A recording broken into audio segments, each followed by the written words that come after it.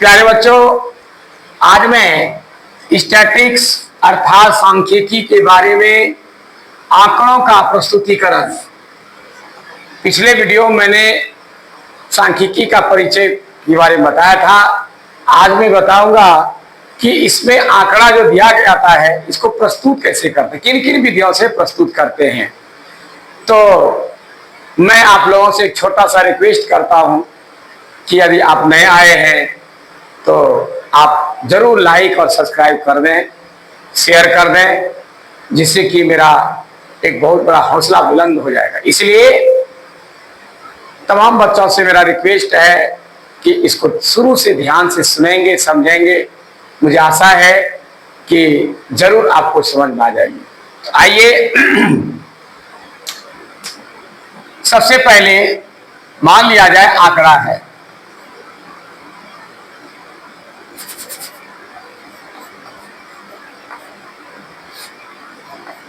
परीक्षण के बाद उन्होंने आंकड़ा प्रस्तुत किया।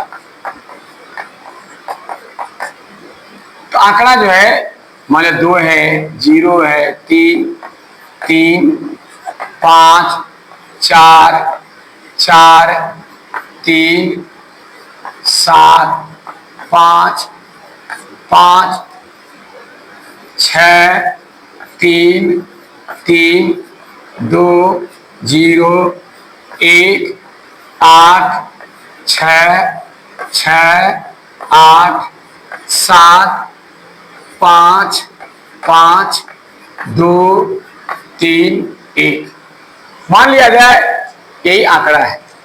ठीक है, अब इसको प्रस्तुत करना है कि हम किस विधि से इसको प्रस्तुत करेंगे। तो सबसे पहला नियम है बंटन सारणी।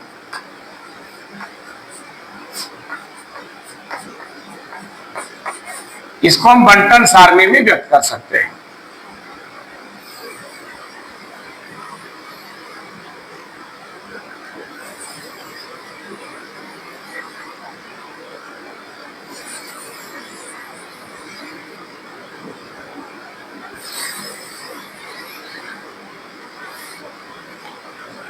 बंटन सारणी में हमको व्यक्त करना है। सबसे पहले हम क्या करेंगे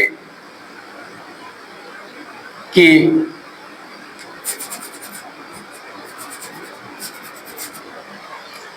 ये जो हम बंटन सारणी लिखे हैं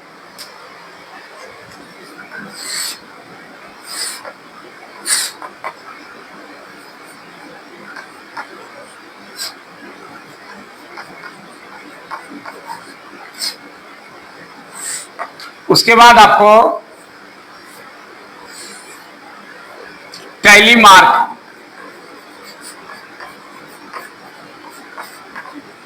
उसके बाद बारंबारता।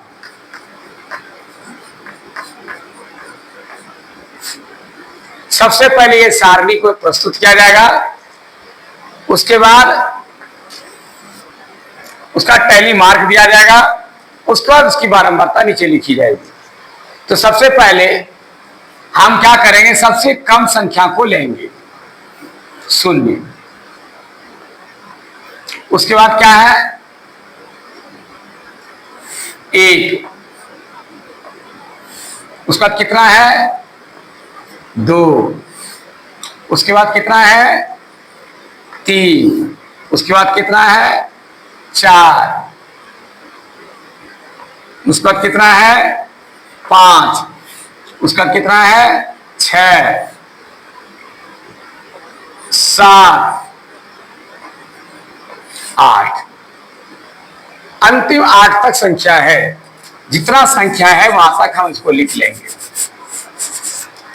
ठीक है, सबसे पहले देखेंगे हम कि कहां कम से कम निम्नतम संख्या और उच्चतम संख्या क्या है। तो जहां से शुरू है 0, 1, 2, 3, 4, 5, 6, 7, 8 तक है।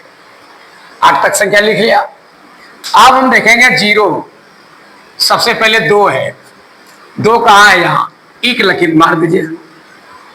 उसका 0 है। 0 कहां है, यहां है, एक लकीर यहां डालिए।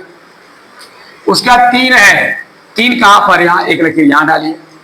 फिर 3 है, फिर 3 में एक लकीर डालिए। फिर 5 है।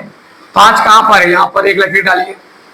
4 है। 4 देखिए कहां पर है, यहाँ पर एक लकीर डालिए।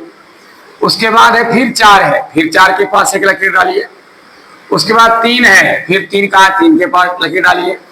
उसका 7 है, 7 कहाँ पर, यहाँ पे एक लकीर डालिए।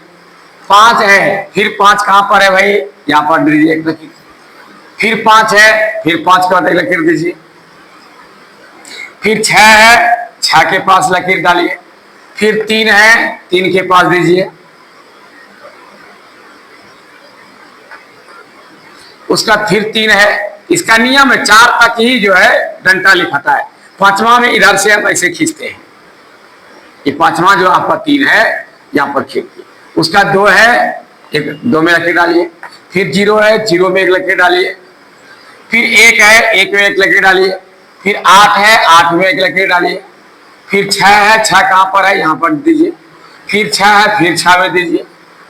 फिर 8 है, 8 में दीजिए। फिर 7 है, 7 में दीजिए। फिर 5 है, 5 में डालिए। उसका फिर 5 है, तो 5 में 4 के बाद 5 ऐसे लिखा जाता है। उसका 2 है, फिर 2 में डालिए। फिर है 3, 3 में डालिए, अलग अलग लिखिए। फिर 1 है, 1 में डालिए। अब इसको गिनती करके लिखिए, 1 2 1 2 1 2 3 5 1 6 2 5 3 2 2।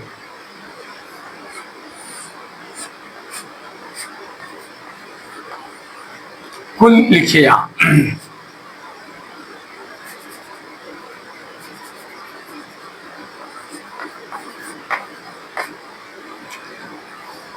दो 2 4 3 7 6 13 14 15 5 20 3 23 25 27 हुआ। अब यहां से ये 27 है कि नहीं, 1 2 3 4 5 6 7 8 9 10 11 12 13 14 15 16 17 18 19 20 23 24 25 26 27। इसका मतलब 27 जो है। तो एक बंटन सारणी है, हम इसको इस तरह से दर्शा सकते हैं। ये पहला सिस्टम है, ठीक है। सारणी को दर्शाने का, आंकड़े को प्रस्तुत करने का पहला सिस्टम है बंटन सारणी। बंटन सारणी से इसी तरह से जहां से शुरू होता है वहां से अंतिम तक हम जो लिखते हैं, और एक एक करके जहां जितना होता है लिखिए। ये टैली मार्क देते हैं, ठीक है। आपको एक नंबर सवाल भी करेगा कि 8 का टैली मार्क क्या होगा, तो आपको 1 2 3 4 5 6 7 8 ऐसे लिखना होगा, ठीक है। ये टैली मार्क परीक्षा में पूछा जाता है एक नंबर सवाल में। तो ये मैं आपको बंटन सारणी के बारे में बताया। अब देखिए इसी को हम बताएंगे दूसरा सारणी के, ठीक है। दूसरा है आपका वर्ग अंतराल।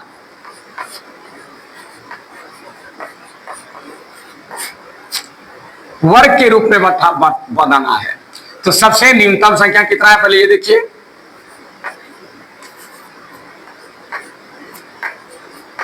इसमें आपको देखना है निम्नतम संख्या 0 है और अधिकतम कितना है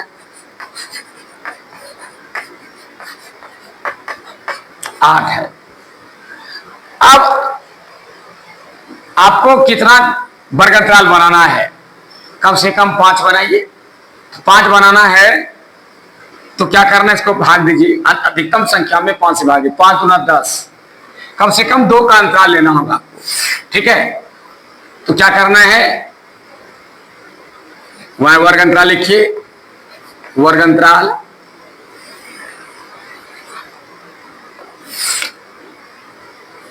जीरो 2 2 4 4 6 6 8 8 10।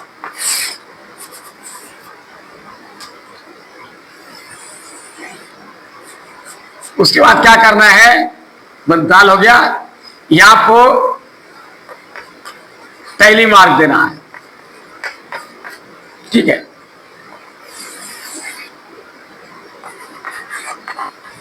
उसके बाद यहां लिखना है बारंबारता। बारंबारता का अर्थ होता है जो बार बार संख्या आया है, बारंबार जो संख्या आता है, कितना बार आया इसके बीच संख्या वो दर्शाया जाता है। तो आइए देखिए, 0-2 का मतलब क्या, 0 से 2 के अंदर आएगा, 2 से 4 के अंदर आएगा, 4 से 6 के अंदर, 6 से 8 के अंदर, 8 से 10 के अंदर आएगा। तो सबसे पहला संख्या है क्या है, 2 है। तो देखिए 0-2 इसमें नहीं आएगा, तो 2 के अंदर है, यहाँ आएगा, एक लकीर यहाँ डालिए। फिर 0 है, 0 यहाँ आएगा। फिर 3 है, 3 कहाँ आएगा, ये देखिए 2 और 4 के बीच आएगा। फिर 3 है, फिर 2 और 4 के बीच आएगा। फिर 5 है, 4 और 6 के बीच आएगा। फिर 4 है, 4 इसी से आएगा। फिर 4 इसी में आएगा। फिर 3 इसी में आएगा। 7 देखिए कहाँ है, 6 और 7 इसमें आएगा। फिर 5 कहाँ भाई, इसके बीच आएगा। फिर 5 इसी के बीच आएगा, तो इसमें ऐसे लिखा जाएगा। फिर 6 और 7 यहाँ आएगा। 3 फिर 3 यहाँ इसमें आएगा, इसको ऐसे डालिए। फिर 3 है, फिर इसमें अलग से दीजिए। फिर 2 है, 0 से 2 तक इसमें आएगा, नहीं इसमें आएगा, ये 2 के अंदर आना चाहिए। उसका फिर 0 है, इसमें आएगा। फिर 1 है, इसमें आएगा। फिर 8 है, यहाँ आएगा। फिर 6 है, 6 यहाँ आएगा। फिर 6 है, फिर यहाँ आएगा। फिर 8 है, फिर यहाँ आएगा। 7 है, फिर 6 इसमें आएगा, इसे से लिखाएगा। 5 है, ये देखिए यहाँ इसमें आएगा। फिर 5 है, फिर इसमें आएगा। फिर 2 है, देखिए 2 कहाँ आएगा, इसमें आएगा। फिर 3 है, फिर कहाँ 3 है, इसमें आएगा। फिर 1 है, फिर देखिए 1 इसमें आएगा, इसमें आएगा। अब देखिए टोटल लिखा गया। अब हमको गिनती करना है, यहाँ 4 हुआ, 5 4 9 हुआ, 5 2 7 हुआ, यहाँ 5 हुआ, यहाँ 2 हुआ। गिनती कीजिए, 9 4 13 7 20 5 25 2 27।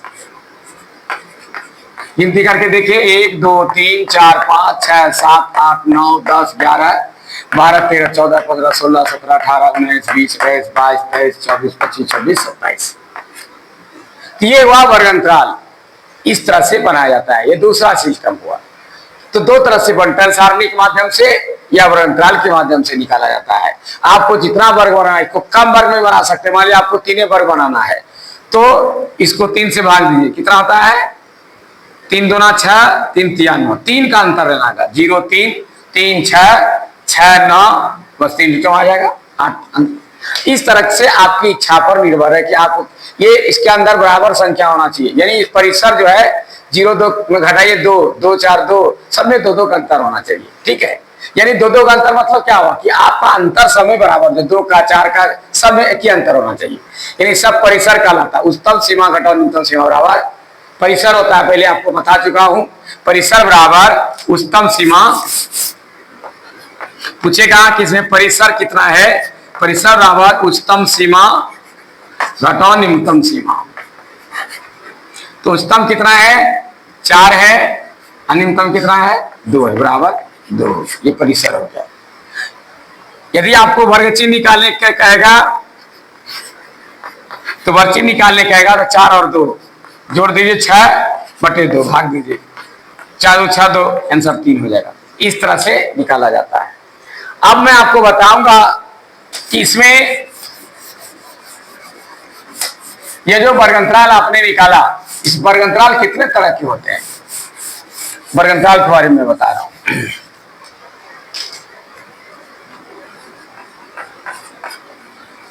वर्गअंतराल के 2 भेद हैं।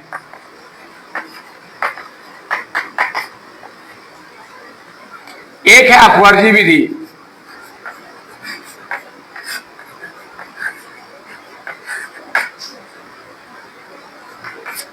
और दूसरा है समावेशी विधि।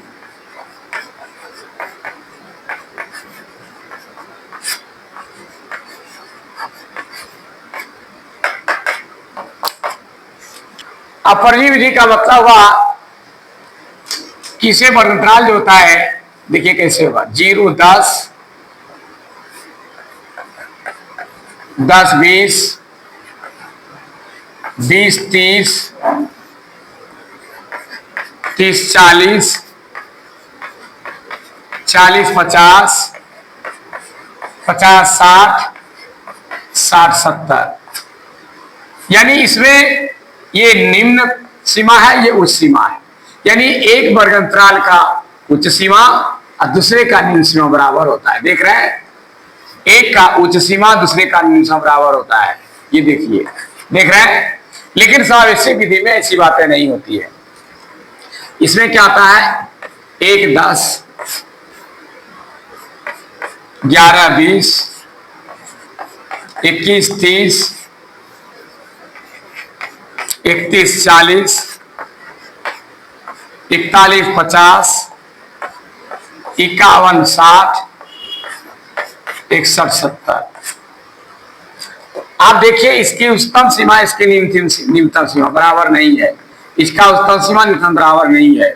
इसका उच्चतम सीमा इसका निम्नतम सीमा बराबर नहीं है, बराबर नहीं है, बराबर नहीं है। ये समावेशिक विधि का ही पहचान है कि ये दोनों बराबर नहीं होता, और अपवर्जी विधि में ये दोनों बराबर होता है। तो आप ये जान लें कि कोई भी सवाल आप बनाएंगे तो सवाल बनाने में आपको अपवर्जी विधि का ही जरूरत पड़ेगा, समावेशी विधि का जरूरत नहीं पड़ेगा। यदि इस तरह का वर्ग अंतराल दिया हुआ है तो आपको अपवर्जी विधि में बदलना होगा। अब कैसे बदलेंगे वो मैं आपको बता रहा हूं। इसके बदलने के लिए, इसको बदलने के लिए हम क्या करेंगे, दोनों में अंतर कितना का है, 1 का है। इसको 2 भाग बांट दीजिए, 1 को 0.5 और 0.5, ये 2 हिस्सा आ जाता है। ठीक है, 1 में क्या करें, 0.5 घटा दें और इसमें जोड़ दें। निम्नतम में घटाना है, उच्चतम में जोड़ना है। इसमें घटाइएगा, हो जाएगा 0.5, ऐसे जोड़ देना है 10.5। ठीक है, उस तरह से घटाइए 10.5, इसमें जोड़ दीजिए 20.5, फिर इसमें घटाइए 20.5 30.5, फिर इसमें घटाइए 30.5 और 40.5। अब आप देखिए, आपने जो बनाया ये दोनों बराबर हो गया। इसकी उच्चतम सीमा इसकी निम्नतम सीमा बराबर हो गया, इसकी उच्चतम सीमा इसकी निम्नतम सीमा बराबर हो गया, इसकी उच्चतम सीमा इसकी निम्नतम सीमा दोनों बराबर हो गया। ये आपका हो गया कौन विधि में, अपवर्जी विधि में। इसमें पहले बदलना होगा, तभी आपको कहीं भी इसका प्रयोग करना है। कोई भी सवाल माध्यमिका बोला कहीं भी पूछे, प्रश्न करे, सबसे पहले आपको इसको अपवर्जी विधि में बदलना है। ये बदलने का भी तरीका मैं सिखा दिया। अब वर्गांतराल में इतनी बार बताया। अब देखिए बारंबारता भी कितने तरह के होते हैं इसके बारे में जानिए।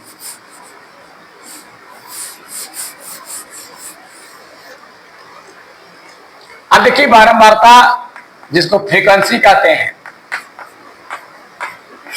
2 तरह के हैं।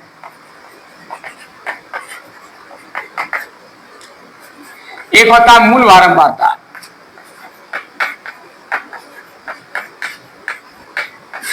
और दूसरा होता है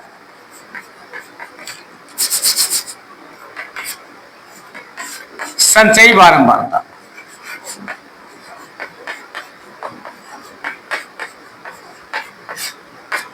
मूल बारंबारता में क्या हुआ कि जैसे 1 8 10 5 4 6 1, 1 नहीं, आप 3 ले लीजिए, कुछ भी लिख सकते हैं। मान लिया यही बारंबारता है, मूल बारंबारता। ठीक है, इसको संचयी बारंबारता में बदलना है तो क्या करें, पहला तो उतर जाता है, इस दोनों को जोड़ दें, 8 1 9। अब इस 9 में इसको जोड़ दें 19, इसमें जोड़े 19 5 24, 24 4 28, 28 6 34, 34 3 37। अब टोटल इसको जोड़िए, 8 1 9 10 19 20 4 24 4 28 6 34 35 37, टोटल 37 है। यानी बारंबारता का कुल संख्या कितना है, 37 है। जितना इसका टोटल जोड़कर है उतना यदि अंतिम में आ जाए तो समझना मेरा संचय बारंबारता सही है। परीक्षा में जब भी बनाने के लिए देगा तो आपको बारंबारता की हमेशा जरूरत है।